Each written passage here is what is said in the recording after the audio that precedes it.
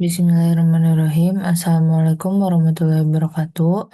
Perkenalkan, nama saya Hilmi Fauzi Supriyatna dengan NIM 203012520021.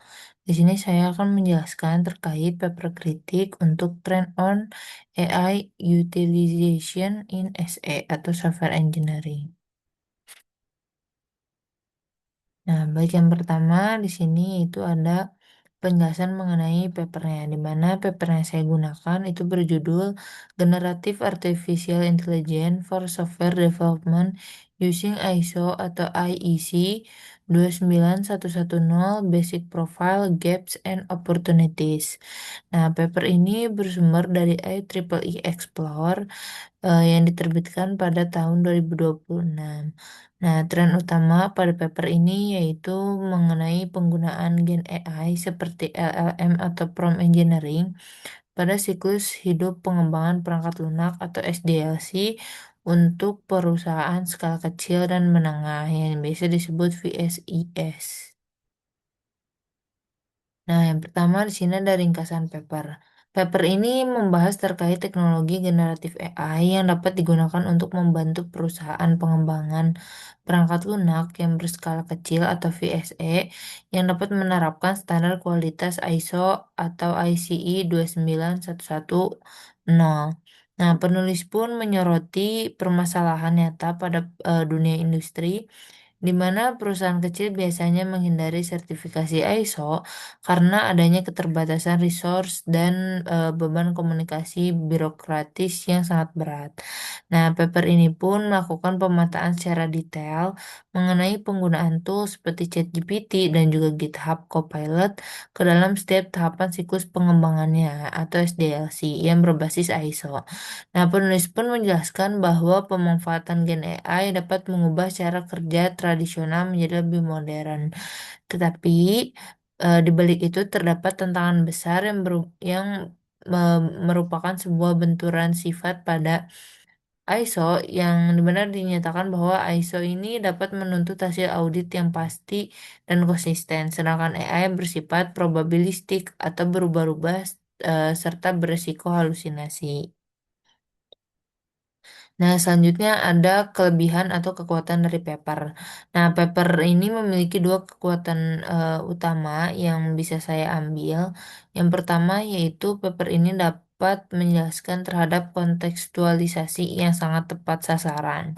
Dan yang kedua yaitu adanya proses menjembatani aturan kaku dan juga teknologi sehingga menjadi lebih cair. Yang pertama yaitu ada kontekstualisasi yang sangat tepat sasaran di mana paper ini berhasil menjelaskan terkait penggunaan Gen AI untuk melakukan proses otomatisasi yang merupakan sebuah solusi nyata bagi masalah klasik VSES.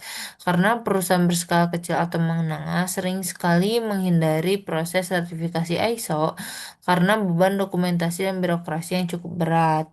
Dan kekuatan kedua, di mana paper ini berhasil menjelaskan terkait pemetaan tools yang dinamis seperti GitHub Copilot dan juga ChatGPT ke dalam kerangka kerja standar industri yang terkenal kaku. Hal ini memberikan panduan pragmatis terhadap industri yang bukan hanya sekedar sebuah teori akademis.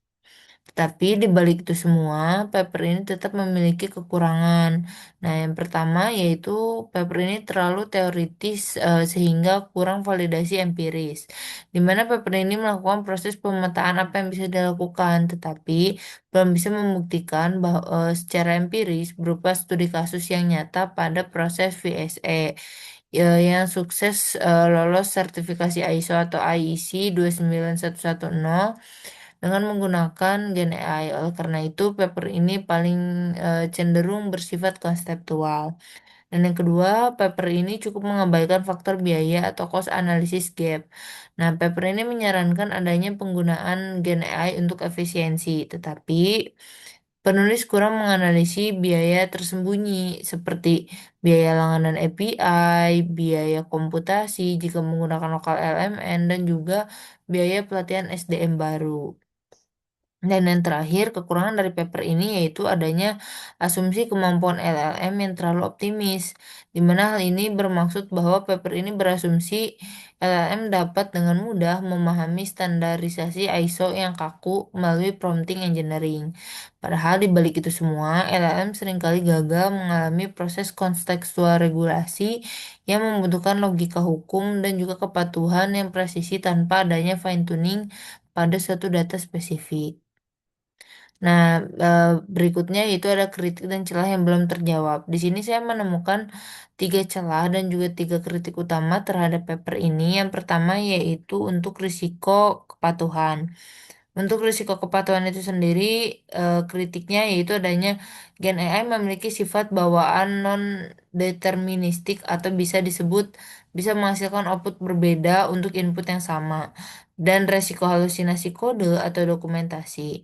Nah, paper ini perlu dikritisi pada bagian VSAS-nya yang dimana berdasarkan eh, eh, berdasarkan sumber daya yang terbatas dapat melakukan validasi dan verifikasi terhadap hasil kerja Gen AI agar tetap patuh pada standar kualitas ISO tanpa memperbanyak beban kerja manual yang baru.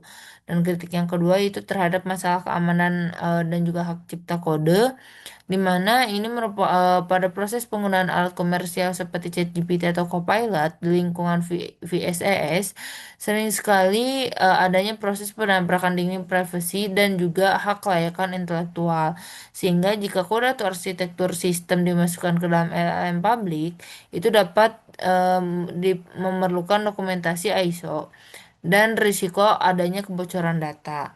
Dan yang terakhir yaitu adanya bias spesialisasi peran di perusahaan kecil. Pada paper ini menyebutkan bahwa pergeseran peran menjadi prompt engineering dan juga ML engineer ini merupakan sebuah premis yang agak kontradiktif dengan sifat dasar VSA itu selalu kurang dari 25 orang. Di perusahaan sekecil itu, pekerja biasanya adalah seseorang yang generalis atau bisa melakukan banyak hal dan job desk. Nah, mungkin sekian penjelasan saya terhadap paper kritik yang bisa saya sampaikan. Mohon maaf bila ada kekurangan. Terima kasih. Wassalamualaikum warahmatullahi wabarakatuh.